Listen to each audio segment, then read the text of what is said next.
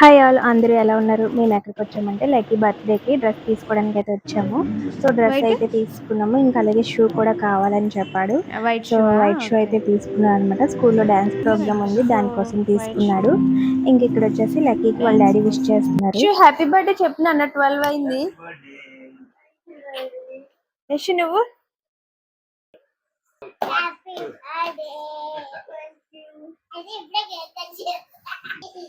Birthday lucky Babu. Thank you అమ్మ.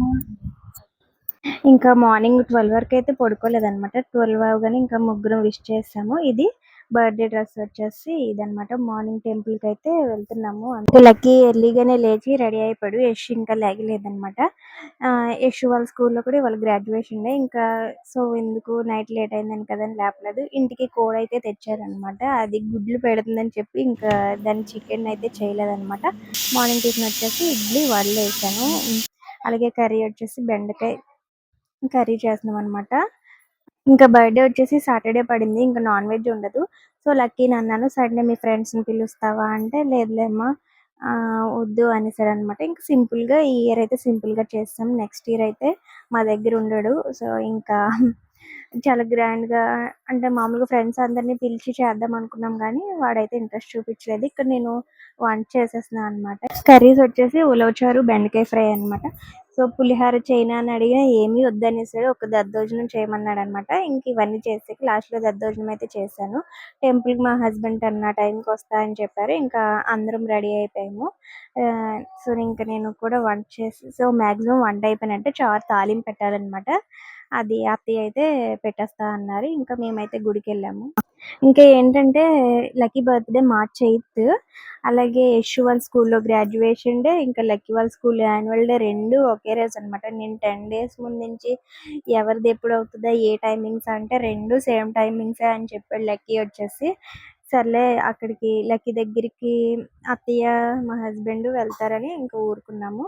ఇంకా so, శనివారం ఇంకా వినాయకుడి టెంపుల్‌కైతే వచ్చేసామనమాట. ఇంక ఏ గుడికెళ్ళినా రష్ ఉంటదని చెప్పేసి ఇంకా వినాయకుడి గుడికైతే వచ్చేసాము. 3 రౌండ్స్ వేసేసి దండం పెట్టుకొని పంతులు గారి దగ్గర ఆశీర్వాదం తీసుకొని ఇంక కూర్చున్నామనమాట. వచ్చినప్పుడైతే కొబ్బరి బొండం తాగేసి అయితే వచ్చాము. మొత్తం అందరం కొబ్బరి బొండం తాగాము. మొత్తం మేము నలుగురం బైక్ మీద వచ్చాం. లక్కీ అయితే సైకిల్ మీద వచ్చాడనమాట. ఇంకా అయిపోయిన తర్వాత సో, పక్కనే కొబ్బరి బొండాల షాపు. నేను, యష్ అప్పుడప్పుడు స్కూల్‌కి వెళ్ళినప్పుడైతే అక్కడ ఇద్దరం తాగుతాము. సో, నేనొచ్చేసరికైతే అత్తయ్య వంట అయితే చేసేసారు.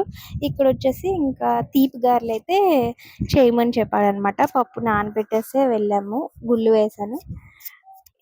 సో, స్వీట్ గారెలు ఏంటంటే నేను ఏసినప్పుడు వీడియో తీయడం ఇవాళ ఏంటి మర్చిపోయాను. చెప్పు. యష్ ఇంకా అన్నయ్య బర్త్డే ఇంకా గ్రాడ్యుయేషనా ఎవరికి నీకా? అవునా. సో ఇవాళ లక్కీ బర్త్డే యశ్ వాళ్ళ ఇద్దరిది సేమ్ టైమే చూసుకొని వెళ్ళాలి. ఎలా వెళ్తామో ఏంటో. ఇంకిక్కడ గారెలైతే వేసాను. వేసి లక్కీకి ఇచ్చాను తింటున్నాడు. ఇద్దరు పిల్లలకి కూడా ఇచ్చాను. ఇద్దరు తింటున్నారనమాట కూర్చొని. ఇంకా తర్వాత వచ్చేసి ఇదిగోండి దద్దోజనం అయితే ప్రిపేర్ చేసేసాను. తాలింపు అంతా వేసేసి జీడిపప్పు, శనగగుళ్ళు, పప్పులు అన్నీ వేసేసి సో, పప్పులు కరకరలాడితే నాకిష్టం అనమాట. సో, తినే టైంకి కొంచెం నానతాయి కదా! సో, వేడి మీద అయితే సూపర్ ఉంటదనమాట దద్దోజనం. ఇంకేం చేస్తానన్నా వద్దనేసాడు. ఎందుకంటే వాడి బాక్స్‌కి ఎప్పటికప్పుడు పులిహోర ఇవన్నీ చేస్తూ ఉంటాను. తిని తిని బోర్ కొట్టిందమ్మా అన్నాడు. సో, ఇంకా ఆ రోజు లంచ్ టైమ్ అయితే ఇంక నేనే తినిపించేస్తున్నాను. ఏదో పనిలో ఉన్నాడనమాట. సో, ఇంకా యష్‌కి అలాగే లక్కీకి కూడా తినిపించేసి సో, మధ్యాహ్నం వాళ్ళ తాతయ్య, నాన్నయ్యతో ఒక కేక్ అయితే కట్ చేయించాము. ఎప్పుడు మాక్సిమం 2 కేక్స్ అయితే ఉంటాయన్నమాట. అమ్మమ్మల కేకు. సో, అమ్మ వాళ్ళు ముందే చెప్పేస్తారు మాకు కేక్ కూడా తీసుకోమని చెప్పి. వాడు పుట్టిన దగ్గర నుంచి ఒకసారి మిస్ అయింది. ఎప్పుడు మిస్ అవ్వలేదన్నమాట. ఇది సో, ఫస్ట్ కేక్ మా మావయ్య గారు, ఇంకా అత్తయ్య, యష్ అప్పుడే మా పక్కింటి బాబు ఒక బాబొచ్చాడు. ఇంకా అందరం కలిపి